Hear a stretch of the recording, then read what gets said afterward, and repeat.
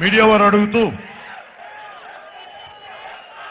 గోదావరి జిల్లా మీకు ఎందుకు భీమవరం అంటే నేను చిన్నప్పుడు గోదావరి జిల్లా కోసం ఎంత పరితపించేవాడిని ఉంటే ఆ పచ్చడి పొలాలు చూద్దామని చెప్పి మాకు 2 ఎకరాలు 3 ఎకరాల పొలం ఉండేది.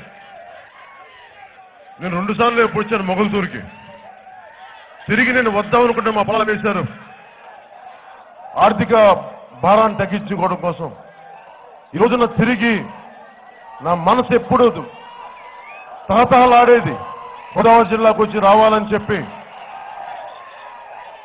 పెనుగొండ ఆచటువంటి పెనుగొండ తాతయ్య పెరిగింది.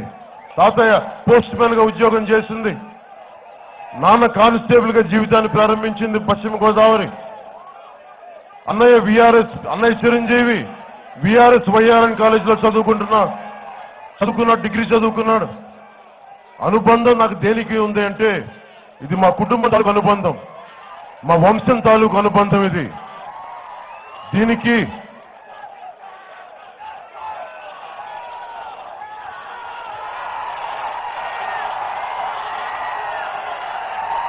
ఇందాక చెప్తా ఉన్నాను కదా, మొదట ఏదైనా ఆలోచన తర్వాత మాట, తర్వాత అది కార్యరూపం దాలుస్తుంది. మీరు సీఎం సీఎం సీఎం అనే పదం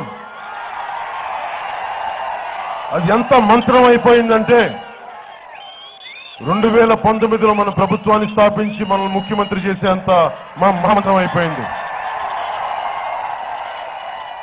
యువత ఎందుకు మార్పు కోరుకుంటున్నారంటే